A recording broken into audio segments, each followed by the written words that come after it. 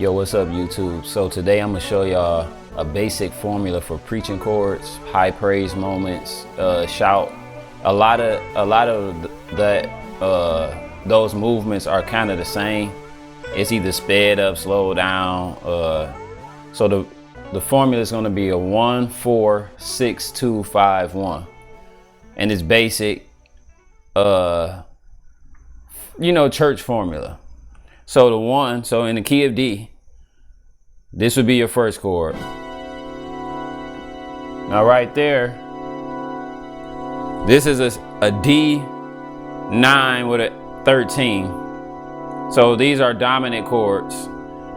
Then your 4, this is a G13.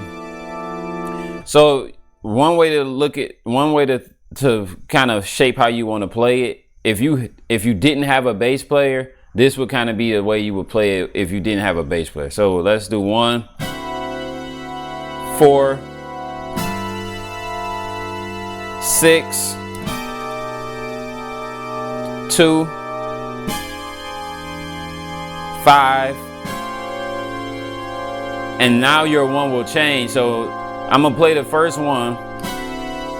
You can do that, but when you end in it, you want to end on this one. So if I did 2, 5, you would end on this one. So this one is like a 4 add 11 over 1. So, and that's how you would play it with no bass player. So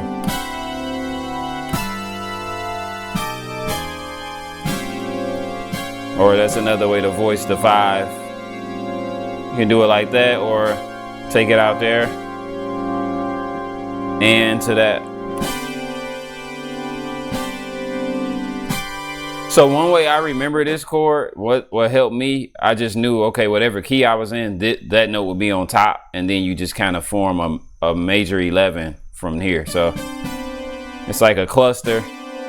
And then my 4. So I know if my 1 is on top, my 4 is at the bottom, and then I just add the 3 and the 11 right here. So that's just what helped me. But whatever helps you, I mean, that's what you go with. But that's that. So the next way to do that, so that's basic, formula for church and high praise moments, is it helps really push the room, and the voicing that the actual voice that you use. So I got some brass, organ, bells, and some type of keyboard.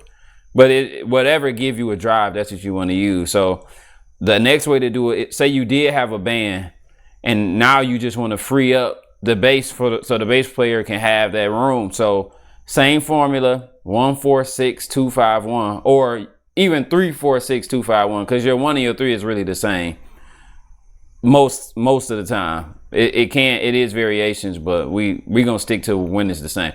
So 3-4. So I did the same chord in the right hand. So 3-4. So for my 1, I'm playing the 3 and 7. Usually when you do tritones in your left hand, you usually playing the 3 and the 7 or whatever chord you're playing. So my 3 and my 7 of D, or D7 is F sharp and C.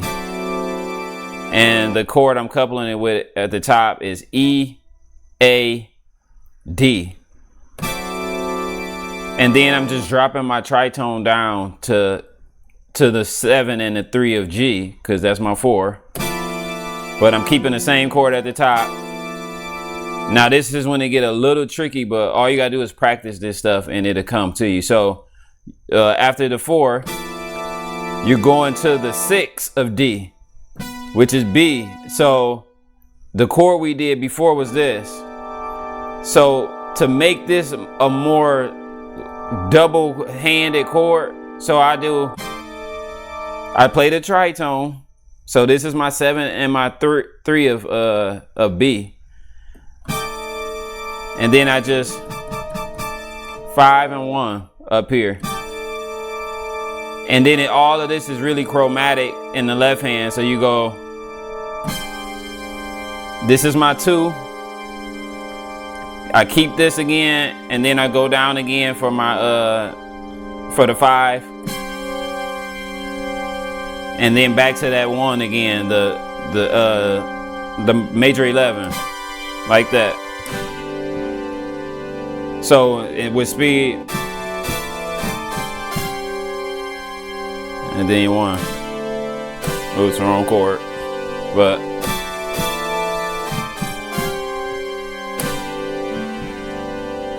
And that's basic formula. So that's the key of D. We're gonna do a few more keys, so stay tuned.